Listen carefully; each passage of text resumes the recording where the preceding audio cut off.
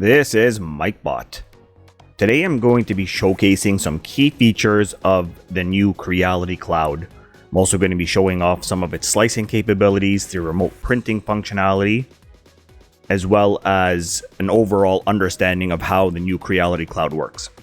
Now, the reason I'm doing this video is because I've been using Bamboo now for about 2 years and Maker World and all that, and now that I have a Creality K1 Max and I'm actually utilizing the new Creality Cloud, I'm seeing a significant difference between the two, especially with bonuses and free stuff that you get from the Creality Cloud. With Maker World, it's not as free giving, you can say.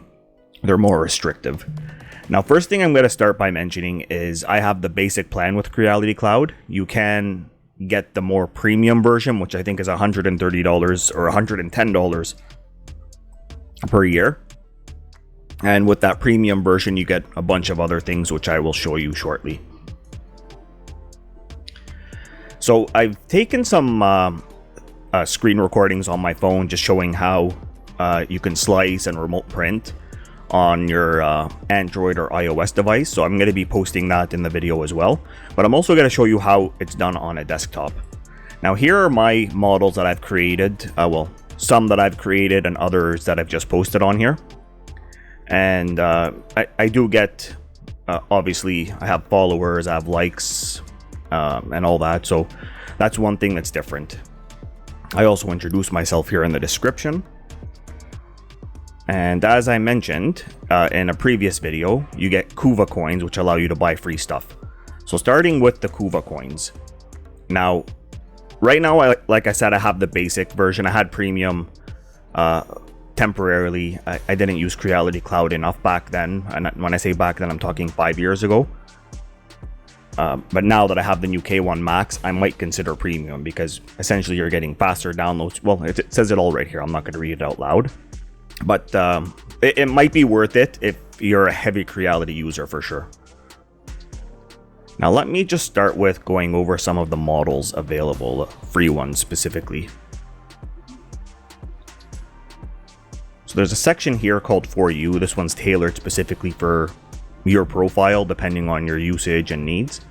So I'm going to look for something I want to print in a single color because my K1 Max is a single color unit. And I will go ahead and print it. I am going to go with something. Let's go with the Nintendo controller. So I think that one was free. Yeah. So there's no print settings for it yet. This print settings thing is new.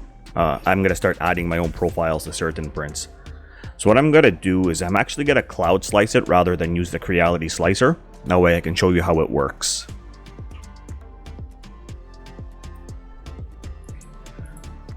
Check out my other video for how to add your printer and do all that stuff as well. I'll post a link in my description on that other video. So I just gotta close all this. Okay, blah, blah, blah. All right, so here is the controller. Now, looking at the bed here, this looks like the Ender 5. Nope, it's the Surmoon V1. So I'm gonna go to my printer, flagship K1 Max. And then there's the difference in bed size. So use the left click to move around, and then the scroll wheel to zoom in and out. So that's what it looks like, and it looks like it might need supports, but it says here no support. So I'm going to try it actually without supports. So I'm going to go ahead and start the slicing now, or sorry, the settings. So I'm going to be using PLA. And I created a profile on my phone, so I'll show you how that was done. So I'm going to use my profile. So I'm going to go advanced, starting with the quality. I'm going to go with the basics. I'm going to make this one because it's going to be a controller that's used heavily. I want to make it more structurally sound and stronger. So triangle or gyroid is the best, but gyroid is the best of both worlds between speed and durability. Supports, we're going to keep them off to see if this is truly no support needed model, and I'm going to put a skirt on. I don't usually print with skirts, but I will for this model just because it'll look good in the time lapse. That way it'll kind of just highlight it. So from here, we're going to go to shell. So here's where you need to do some calculations.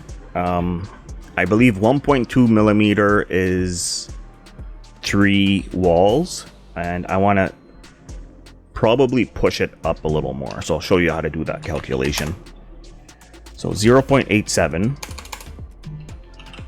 is 2 walls. So 1 wall is about that. So let's go times 4.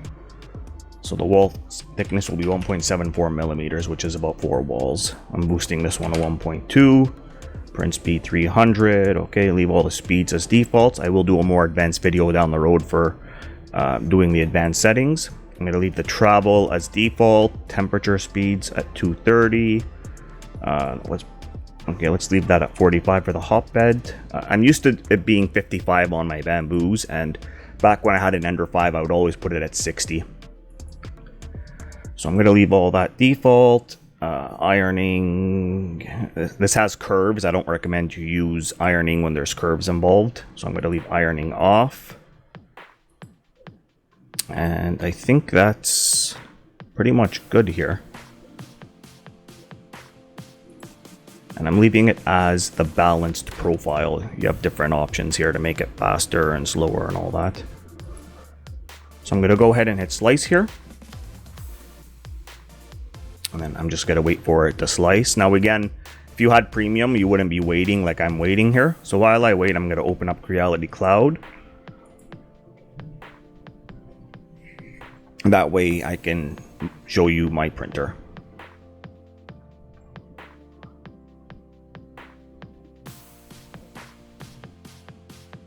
So here's my printer. It's idle right now. Camera's connected. And then here's the details. So I have some glue on my plate, as you can see here. These are all the files on the SD card over here. This is the LED switch. So now the light is on. It was off before. And these are the fans. Raising, lowering the bed, moving the head. The analytics. I love this view. I love these analytics. I wish Bamboo would incorporate something like this. They I think this idea came from Octopi. That's my guess, but I'm not sure. Now, one thing I want to double check here. I want to make sure the AI camera is enabled. On my phone, it's easier to find the settings, so I'm just going to search here. I don't see it. Anyway, I'll come back to that function, but I do want AI camera turned on so it can monitor my prints. So anyway, that's all I wanted to show you there. Back here, let's refresh this page. And it's done. So let's hit print.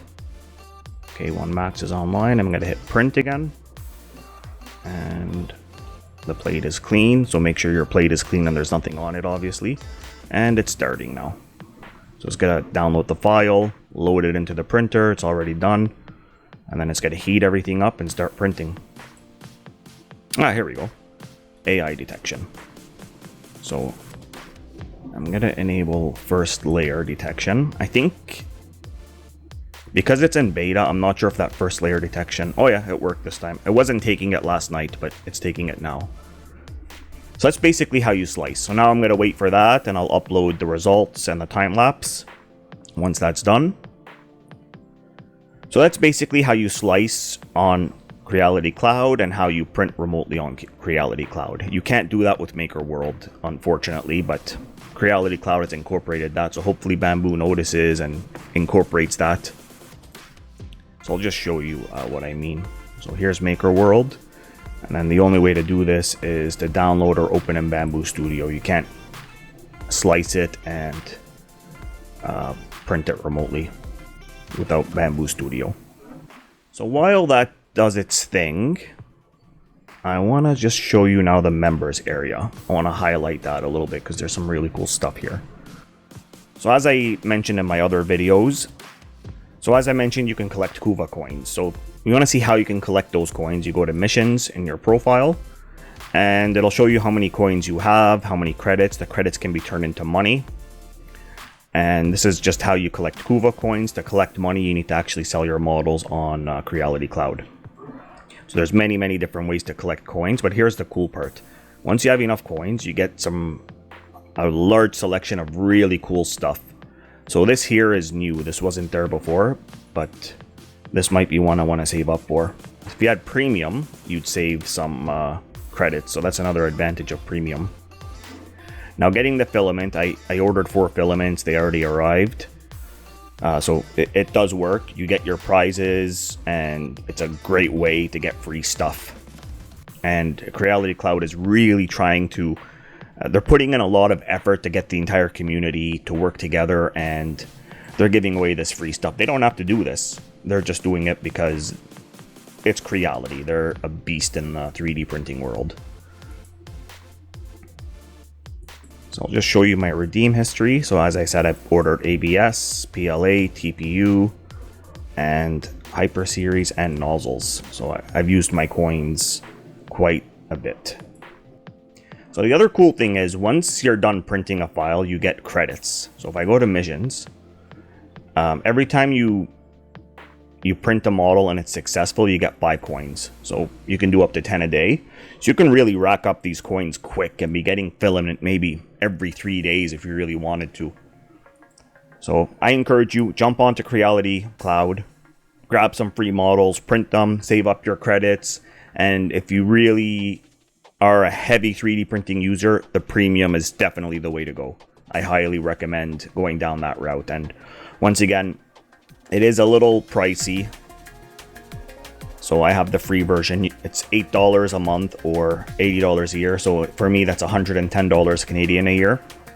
But again, the benefits are almost worth it, especially with the cloud storage. You can store a lot more. My K1 Max, I think, only has 8 gigs built in. And I think you can put an SD card in it. I haven't checked. But the ability to print remotely and wirelessly is alone, it's worth it.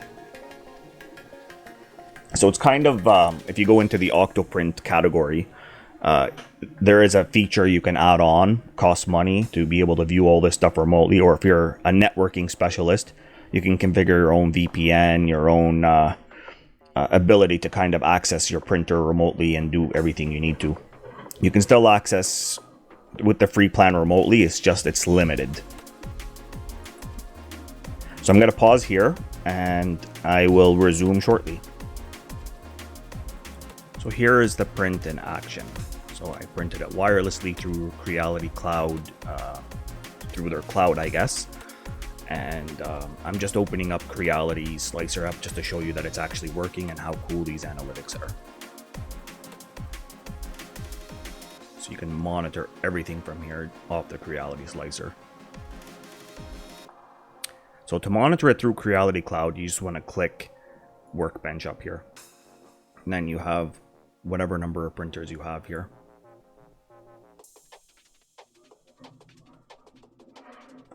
Now, I have the free version, so it's a little bit slower than using the Creality Slicer.